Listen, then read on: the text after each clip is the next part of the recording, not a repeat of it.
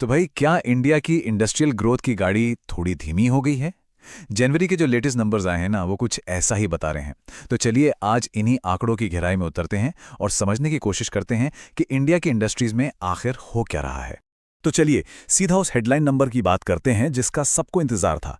जनवरी 2026 के लिए industrial growth का आंकड़ा रहा है सिर्फ 4.8%। और हाँ, ये नंबर थोड़ा सोचने पे मजबूर जरूर करता है। अब देखिए, ये 4.8% का आंकड़ा अकेले में शायद उतना कुछ न बताए, लेकिन जब हम इसे दिसंबर से कंपेयर करते हैं जहां हमने 8% की जबरदस्त ग्रोथ देखी थी, तब समझ आता है कि ये गिरावट काफी बड़ी है। असल में ये पिछले 3 महीनों में सबसे कमजोर परफॉर्मेंस है। तो सवाल यही उठता है कि भाई अचानक ऐसा क्या हुआ? तो इससे पहले कि हम और गहराई में जाएं, पहले ये समझ लेते हैं ये आईआईपी जिसकी हम इतनी बात कर रहे हैं, ये आखिर है क्या भला।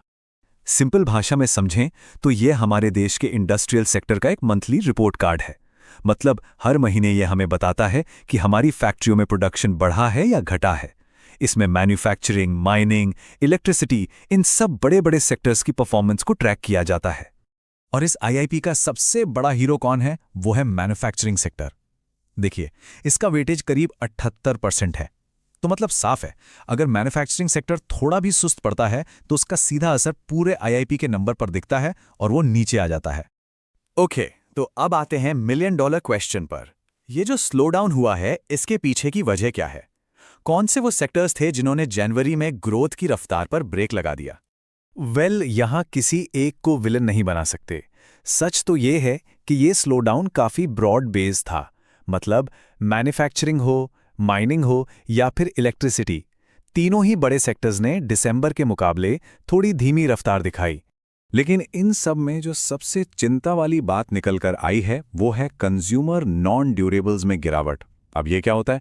ये हैं हमारी रोजमर्रा की चीजें जैसे साबुन, टूथपेस्ट, बिस्किट। जब इन चीजों की डिमांड घटती है तो ये एक बड़ा संकेत होता है कि आम आदमी की जेब पर दबाव बढ़ रहा है, और ये इकॉनमी के लिए अच्छी खबर बिल्कुल नहीं है। और अगर हम थोड़ा जूम आउट करके पिछले 1 साल का ट्रेंड देखें ना, तो ये साफ दिखता है कि ये उतार चढ़ाव कोई नई बात नहीं है।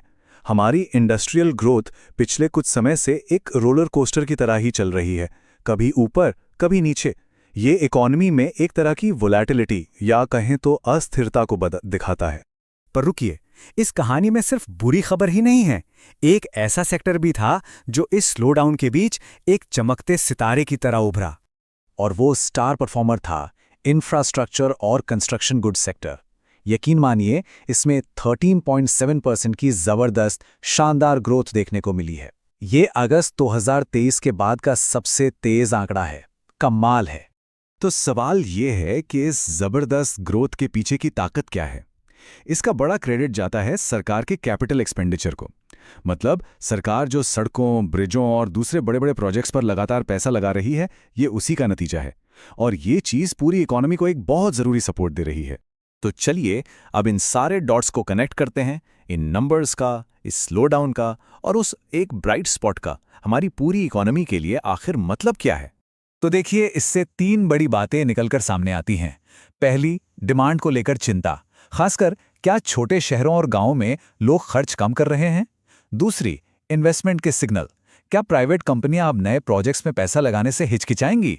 और तीसरी, पॉलिसी, क्या इन आंकड़ों के बाद आरबीआई या सरकार अपनी पॉलिसी में कोई बदलाव कर सकती है। ठीक है, तो ये तो हुई जनवरी की कहानी। अब नजर डालते हैं आगे। आने वाले वक्त के लिए क्या उम्मीदें हैं, एक्सपर्ट्स का क्या कहना है। तो सबसे बड़ा सवाल अब यही है कि क्या फरवरी में हमें एक बाउंस बैक देखने को मिलेगा? क्या इंडस्ट्रियल सेक्टर फिर से रफ्तार पकड़ेगा?